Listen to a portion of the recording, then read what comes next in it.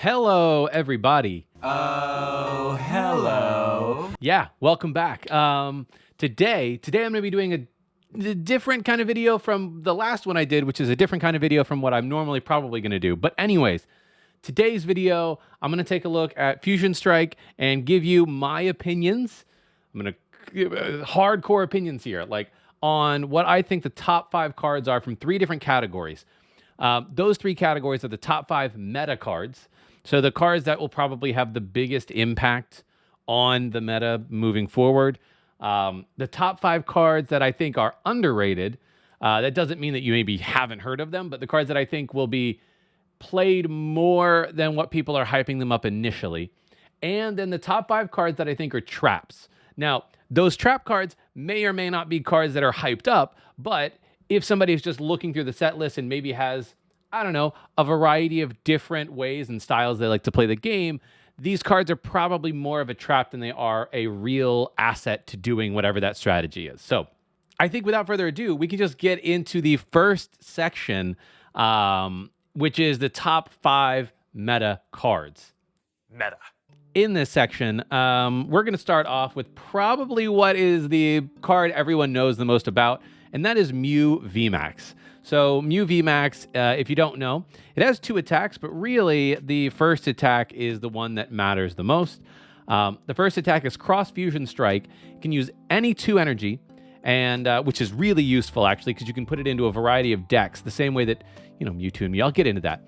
It has Cross Fusion Strike. Choose one of your benched Pokemon Fusion Strike one of your benched Fusion Strike Pokemon's attacks, and use it as this attack. So, if you are not familiar, there is a Mew. I don't know if it's like Prime or Level X or whatever. There's a Mew from before that has a very similar ability that allows you to use attacks of the Pokemon that are on your bench. You also have, in the not so distant past, Mewtwo and Mew GX, which allowed you to copy attacks of Pokemon in your bench or in your discard. But for that one, you had to have the correct energy. Now this one, it doesn't force you to have the right energy. It just says you can use that attack for 2 colorless, which is huge, right? Like, if they keep printing Fusion Strike Pokemon, this only gets more and more powerful, the same way that Mewtwo and Mew got more and more powerful, I guess, for one more set, but, whatever. The point is, this has a history of just being a very good ability. And I think that it is solid. It's absolutely on the point to say that if they print a number of Fusion Strike Pokemon in future sets, especially, if they continue doing that the same way they've done with Single Strike and Rapid Strike since Battle Styles came out, then I can see this Mew VMax only getting better and better over time. Its second attack, Max Miracle, does 130, and it's not affected by effects on your opponent's active, so you get through pretty easily Decidueye. So you can't have like these walls like Decidueye or Zamazenta against the Mew VMax, which is really useful. It only has 310 HP, which is like not so great, but there are a few other cards in this set that I think make it particularly good. So that's my first top meta pick. Not really a surprise there, but if you like Mew, a lot of people like Mew. It's a fan favorite Pokemon, and you want a deck that is going to really challenge your thought processes, right? About like, what do I put on the bench? What attacks do I need to use when, etc. This is a good deck to pick up to sort of, get your brain going. It's a good deck for that. So the second card in this top 5 meta decks leans right into Mew VMax, and that is Genesect V. So Genesect V, it is a Fusion Strike Pokemon, which is why I wanted to follow that right after Mew. It has an ability, though, that also makes it amazing. Once during your turn, you may draw cards until you have as many cards in your hand as you have Fusion Strike Pokemon in play. And obviously, Mew VMax wants to copy Fusion Strike Pokemon attacks. So you might have 1, 2, 3 Genesect Vs, other Fusion Strike Pokemon on your bench. If you have a full 6 Pokemon, you can draw up to 6 cards once per turn, and it doesn't say you can only use 1 Fusion Strike system a turn. So if you have multiple Genesect Vs, you can use one of their abilities, draw up to whatever the number of Fusion Strike is, play some cards, use another ability, draw back up. Super broken draw engine here. And its attack, which you can use for just 2 colorless on Mew VMax, does 210. During your next turn, this Pokemon can't attack. Important there. This Pokemon can't attack. It's not like you can't use this attack again. You would actually have to retreat and get the Mew VMax or put a different Mew VMax in the active.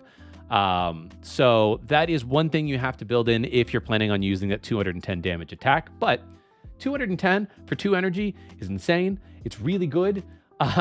So this would be the perfect starting, big hit partner, if you will, for Mew VMax. So if you're planning to build a Mew VMax deck, also pick up 3 or so copies of Genesect V, maybe 4. That ability is just super good. But yeah, Genesect V is my second of the meta decks. I don't think it is necessarily a deck on its own. Just something to note. The third one that we are going to talk about is going to be probably one of the other most popular cards, and that is Intellion Vmax. Now, if you are playing the standard format right now, you know that Intellion is everywhere, particularly for its draw engine and damage ability, like the placing 2 damage counters on an opponent's Pokemon. This sort of takes that whole strategy and just ramps it up a little bit more. Intellion Vmax is a rapid strike Pokemon, which is important here, and it has an ability that says Double Gunner. You must discard a water energy from your hand in order to use the ability, but when you do that, once during your turn, you can put 2 damage counters on 2 of your opponent's benched Pokemon. And if you have multiple Intellion Vmaxes, you can do that multiple times, so long as you have the energy. So that plus the Intellion, the quick shooting Intellion, you can also throw in the Drizzile and the other Intellion from Sword and Shield base that lets you get 2 trainer cards. This can be a wildly consistent engine that you can put into this that just sort of helps this deck. Now, the one thing that you don't have with this, and I'll talk about the attack here, you're doing Gmax Spiral 70. You may put an energy attached to this Pokemon into your hand, and if you do, you do 70 more. So you can use Rapid Strike Energy, which provides 2 energy of like water and fighting, all you need is that 1 attachment to do 140. You put the Rapid Strike back in hand, which means that you are safe from it getting knocked out and losing the energy, from Fan of Waves, all of that good stuff. It's also safe from any Pokemon that the number of energy attached to both active, right? Like, I don't know, small little things. But it's not safe from Marnie, which is something to keep in mind. All that said, though, 140, a little bit low, but if you're pairing this with the quick shooting, you're using its ability, this is really a deck that is going to thrive on math, basically, knowing how many damage counters to put when to attack, and pairing this up with other Pokemon. Tricky Jim just did a battle here with the, what is the name of it? Tricky Jim just did a battle with this using Medicham V. Medicham V has the attack for 2 colorless, so you can use a Rapid Strike, because it's a Rapid Strike Pokemon. You put 2 damage counters, and if it knocks something out, you take another turn. That just allows you to spread more damage counters. Who knows the best pairing for this Intellion Vmax in terms of other Pokemon? I do think that 140 is a little low, and you could be, yes, you're placing damage counters, but if your opponent's, bench and main Pokemon are usually, if they're like a little bigger, so say they don't go with a small end, then they may just be a little too beefy and hit too hard, and you'll just lose in the pace game. So this one, I think, does need to find a proper partner over time, but really good card. The next 2 here are going to be maybe a little bit more, I want to say, controversial. The first one is going to be Chandelure Vmax. This one has an ability and an attack. The ability is fine. It's not particularly amazing. It's not awful. It's just fine. As long as this Pokemon is in the active spot, your opponent can't play any tool cards from their hand. Cool. I mean, tool cards are like, okay, there's some good tool cards. There's some not so great tool cards. It's kind of whatever. And it needs to be in the active. But 320 HP here. Max Poltergeist is the reason that this is on my list for best meta.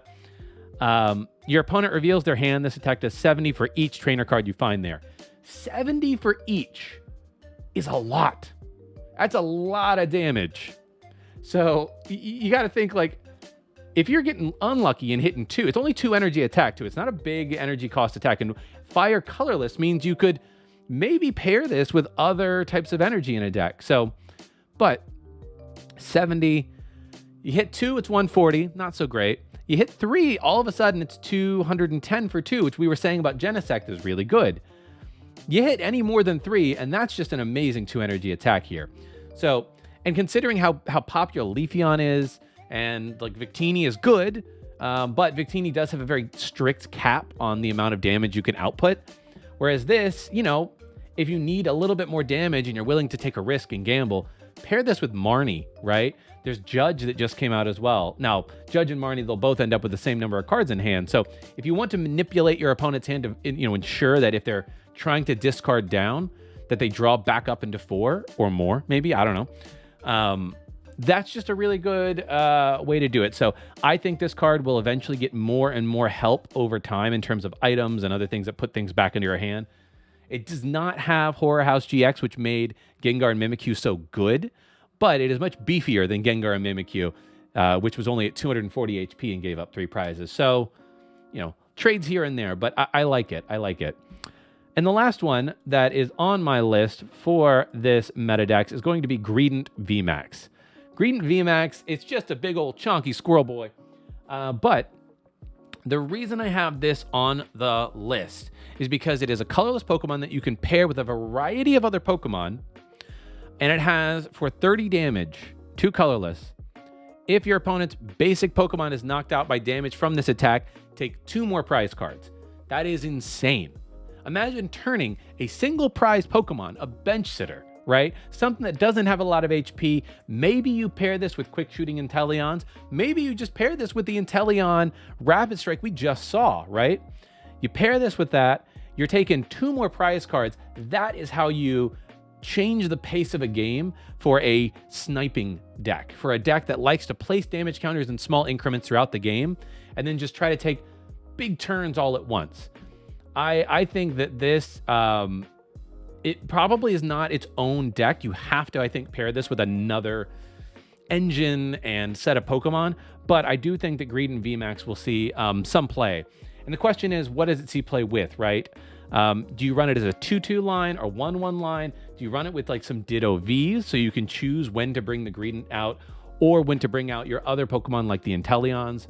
I really like this card though. So this is my kind of a roguish-ish pick of the meta decks, meta cards here. So now we are going to get into what I think are the most underrated cards. And I'm just going to go through the list as I wrote this one down. But the first of my most underrated cards is going to be Butterfree. Now, Butterfree by itself is pointless, right? But there's another card that came out prior to that, which this will pair perfectly with. Butterfree has the ability, when you play this Pokemon from your hand, to evolve one of your Pokemon during your turn. You may make your opponent's active Pokemon burned, confused, and poisoned. On its own, it seems like, it's a stage 2 to do all of that. Well, I will remind you that in Sword and Shield base set, there was a Caterpie Metapod Butterfree line where the Caterpie and the Metapod both had the ability to evolve on the turn that they came into play. So you could ostensibly go Caterpie into Metapod, Metapod into this Butterfree, all in one turn. If I'm remembering the abilities of the other ones correctly, which I think I am, that is the way that you cheat this Butterfree out very quickly. You play Turffield Stadium in order to search for the Metapods and the Butterfrees. You're playing things like Level Ball. You might even be playing Incense in here. But point being, that is what you're playing to get this ability to pop without you having to worry about rare candies. The question then is, what do you pair this with to make this a good deck? The answer is Salazzle. There is a Salazzle that does 90 damage for each special condition that is affecting your opponent's Pokemon. Well, there you go. You got 3 special conditions. You literally can't have 4 special conditions because you can't be confused and asleep. That is not, or you can't be paralyzed and asleep. You have to choose asleep, confused, or paralyzed on a Pokemon. A Pokemon cannot be both. So it is burned, it is poisoned, and it is confused. 270. Plus you're getting the 2 damage from the burn. That's 290. 1 damage from the poison. That is 300 between turns. If they leave it in the active, any Pokemon in the format essentially is dying on the return. back to you. So yes, they can take the knockout on a single prizer, but they're going to need to find switches. And the question is, can you manipulate their hand or find any other ways like Toxicity or other things that can just boost the damage that they get from those things just a hair, just a little bit. Maybe play some Zigzagoons, right? Zigzagoon, a great card in this type of deck because you play that, you can scoop up net. I think this Butterfree, it's a little bit of work. I'll grant you that, but it's the work that you don't mind putting it in here because scoop up net is great in this deck, and maybe this is the kind of deck that makes a single prize deck somewhat playable in this format where you can do that OHKO damage on VMAXs potentially. The next one that I'm going to talk about here is, I have to scroll to it. Hold on. I'll talk about Crabominable V. That's the first one that came up on my list. Crabominable V is an underrated card. I don't know if a lot of people will play this, but it has an interesting attack on its second attack. Its first attack is also kind of interesting. Discard the top 2 of your opponent's deck. If you're really into mill, there's not a lot of great milling cards out there. And if you can keep this thing alive and not give up too many prizes too fast, maybe that's a thing. But the second attack is the one I'm focusing on. It is a little bit expensive at 2 water and a colorless, but we do have Melanie, you have Frostmoth, there's ways. Destroyer Punch, 90 plus, 60 more damage for each damage counter on your opponent's active. So it's a 60 times the damage counters. That's essentially Sableye V, but you get 90 damage to start with, and it's on a Pokemon that has a little bit more acceleration than a Sableye with Frostmoths and Melanies, etc. So maybe this is the card that Sableye V should have been, or has the support Sableye V really ever needed, because 60 times and you're starting at a base of 90. So if you put 4 damage counters on it, which is not really hard to do with Intellion quick shooting, right? 4 damage counters, you're doing 240 plus 90, that's 330. 330 for 3 energy is insane. That's bananas. So I don't know, maybe you build a whole deck around this. You might need to, but otherwise, just a great option to have as a 2-prize Pokemon if you can power it up. Take some big knockouts out of nowhere. So Crabominable will be second underrated card. Next one here that I'm going to talk about is Lapras. There is a Rapid Strike Lapras in the deck. First attack doesn't matter. The fact that it's a basic is the only reason it is in this underrated list, because you can play it down, and if you can power it up in 1 turn, then it has some value. Lapras says, for 2 water and a colorless, Splash Arch, put all energy attached to this Pokemon into your hand. This attack does 100 damage to one of your opponent's bench. Now, 3 for 100 damage, not great. 3 for 100 damage to a Pokemon on the bench, much better. Single prizer, not bad. Basic Pokemon, okay. Now we're talking Rapid Strike Energy. All right, I attach a Rapid Strike Energy. I'm Melanie. All of a sudden, I'm drawing 3 cards. I can put all that energy back into my hand, and I'm sniping something for 100. You put one of the, telescopic sights, and now you're doing, what, 130, 140 to a bench Pokemon? I don't know. I think there's something here. So, again, I don't know if this is a whole deck, but if you are playing water decks, there seem to be a lot of really good cards out there that are going to support whatever strategy that you want to do, particularly sniping and other things. So that's my third one. Next one here, we're going to talk about Pukamuku, which is one of the cards that you can get in the pre-release kit. So there will be a pre-release version of this if you're into the fancy stuff. But Pukamuku has the ability, and the attack doesn't matter, it's a basic whatever. The ability is the only thing. Once during your turn, if this Pokemon is in your hand, you may reveal it and put it on the bottom of your deck if you do draw a card. And you can't use more than 1 of these each turn, which, it would be absolutely broken if you could do more than that. But the reason that I like this card as an underrated card, you could play this in a variety of decks. If you start it, that sucks. So you don't want to play probably more than 2 of this card. But you play 2 of them, and then if you ever see it in your hand, you could just bottom deck it to draw a card. It's a free draw, right?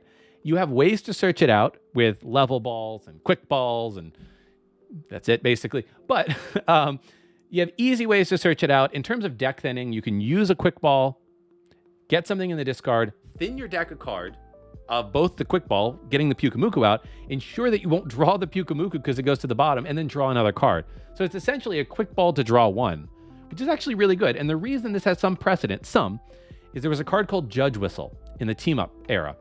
And what Judge Whistle did, it said, put a judge from your discard into your hand or draw a card. You could choose one. And an item card that let you draw a card essentially turned your deck into a 56 card deck. And I think Pukamuku, it doesn't have quite the same effect, but it does have an effect that allows you to get essentially free draw on your turn. And so I think that is a card that you might see pop up in a couple of decks as like some minor consistency cards. It may be very specific decks that use this because deck space can be tight, but I do like this card as an interesting, underrated tech option if you want to play with how your deck runs, the engine of your deck, if you will. And so the last card in my underrated set is going to be Toxicity Fusion Strike.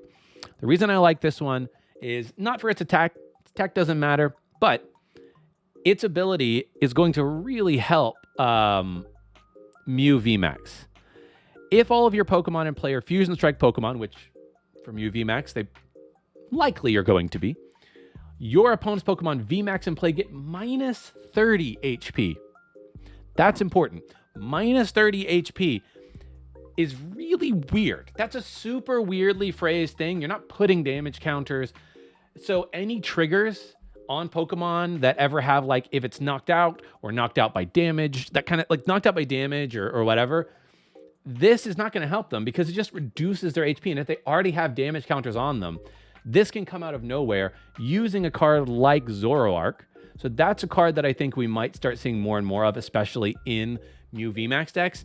You could play the Zoroark line and then go grab the Toxicity and swap it with that Zoroark. So long as all your Pokemon are Fusion Strike after you do that, all of a sudden your opponent has minus 30 HP out of nowhere. And that might be what you need to like take 3 prizes, right? And they have to bring something else up, which could win you the game right there. So I actually think this is a great tech card. Maybe it's just a one of, maybe it's a 1/1 line, something like that. Because you really don't want to see this other than those very specific situations, because otherwise your opponent will play around it. But I think this could be a really interesting card in those Mew VMax decks. Now let us get to the cards that I think are traps. It's a trap! I will preface this by saying not every card that's a trap is popular. I am just going to explain to you why, if you were to look at the set list, you might see this card and think, oh, I think there could be a really interesting strategy around this. And I personally think it's a trap. I might be very wrong. Often people are. I thought Reshiram and Zekrom was going to be good. I was wrong. And then I thought Rayquaza VMax was going to be good. And I was very wrong. I'm open. I'm happy to be wrong. But this is just my thoughts early on. So the first card I'm going to talk about is Maractus. Maractus looks on the surface like, hey, that second attack, Ditch and Shake, grass and a colorless. Okay, I like that. Pretty cheap. Basic Pokemon. I can just throw it into play. That's good. Ditch and Shake. Discard any number of tool cards from your hand. This attack does 50 damage for each card you discarded in this way. That sounds kind of like Whimsicott Tool Drop, right? Except you don't have to attach it. You can just discard it from hand, which, like, okay.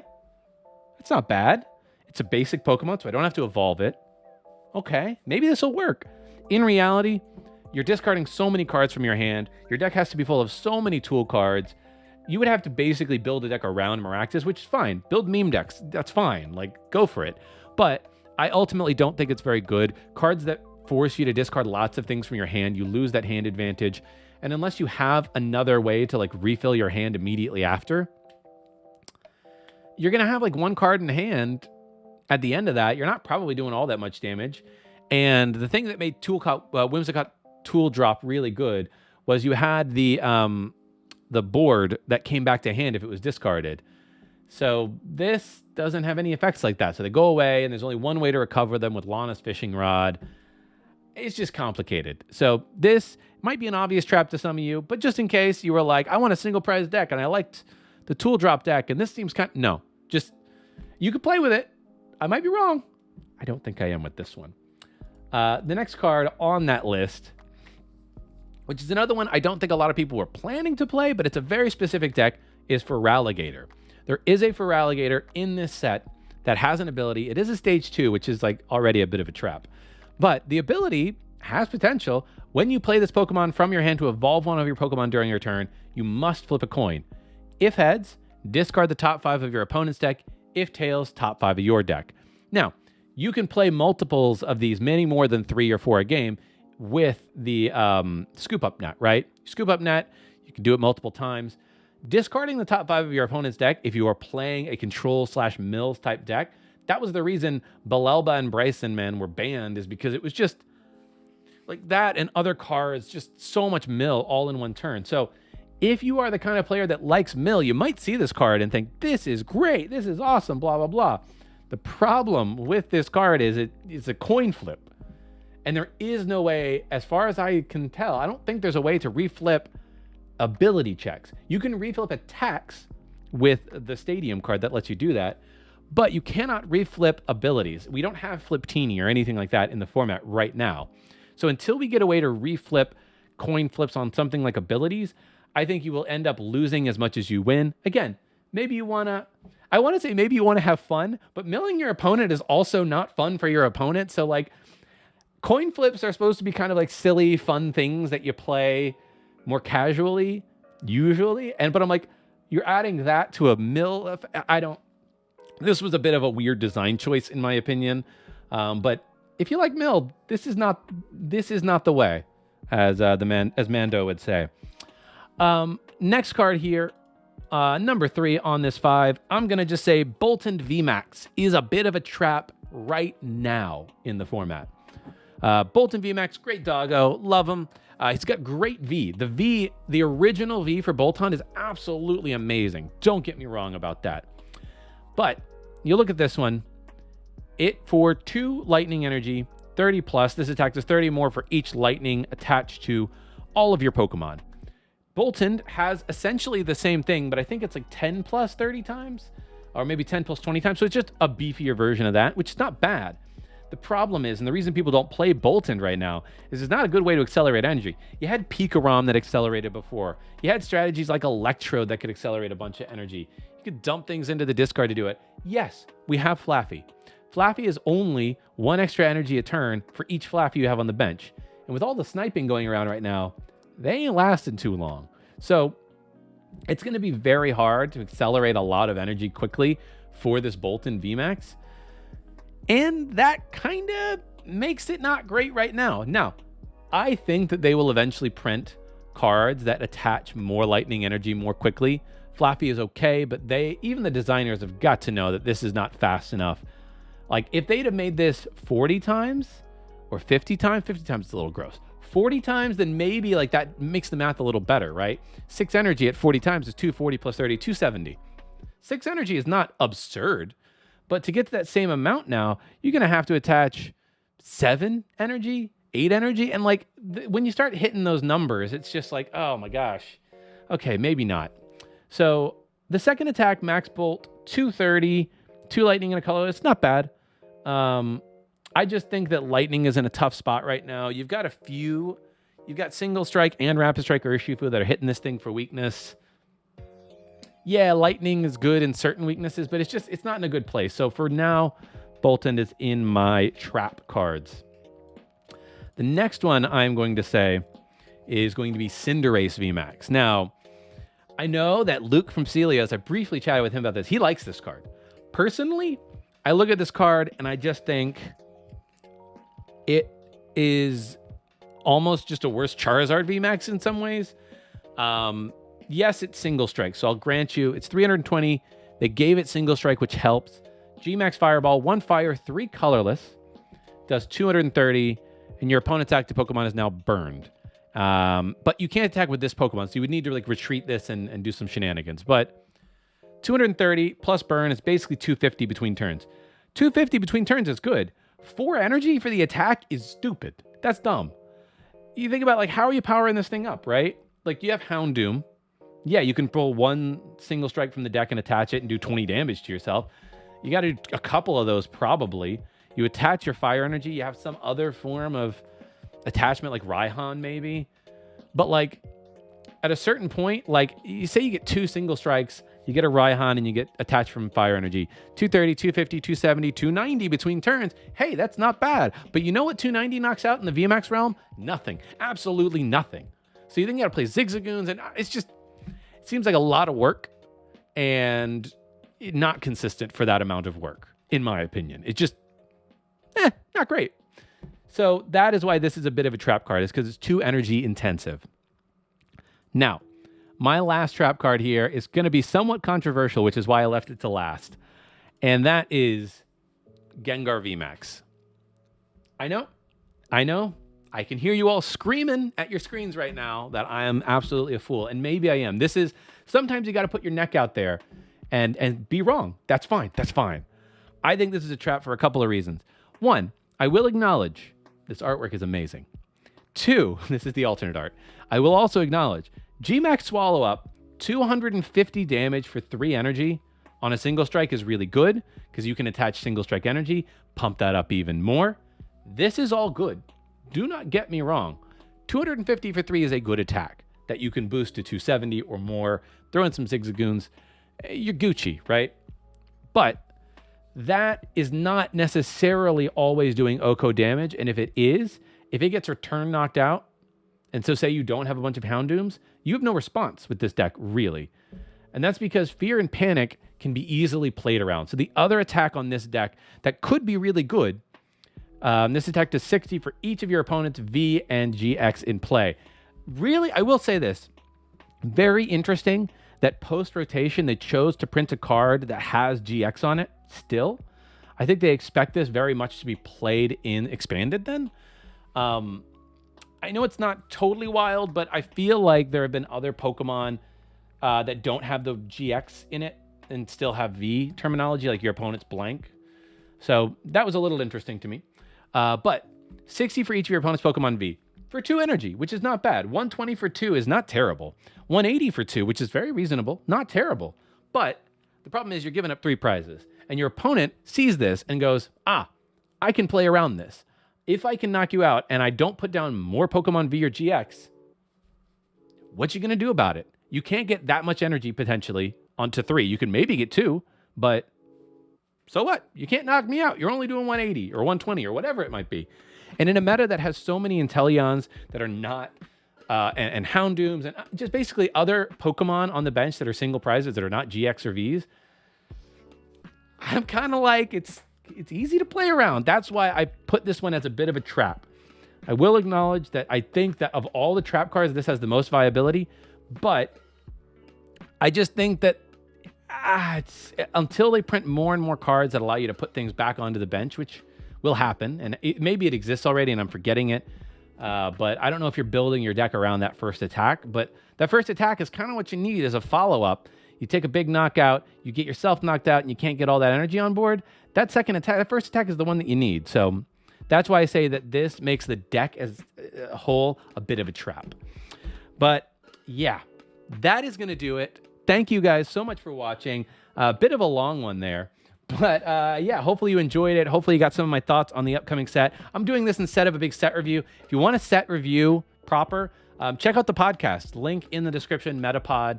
Me and Jake will go over a lot more of the cards in the set in the show next week. So peep that. And without further ado, I will see y'all later. Carpe awesome.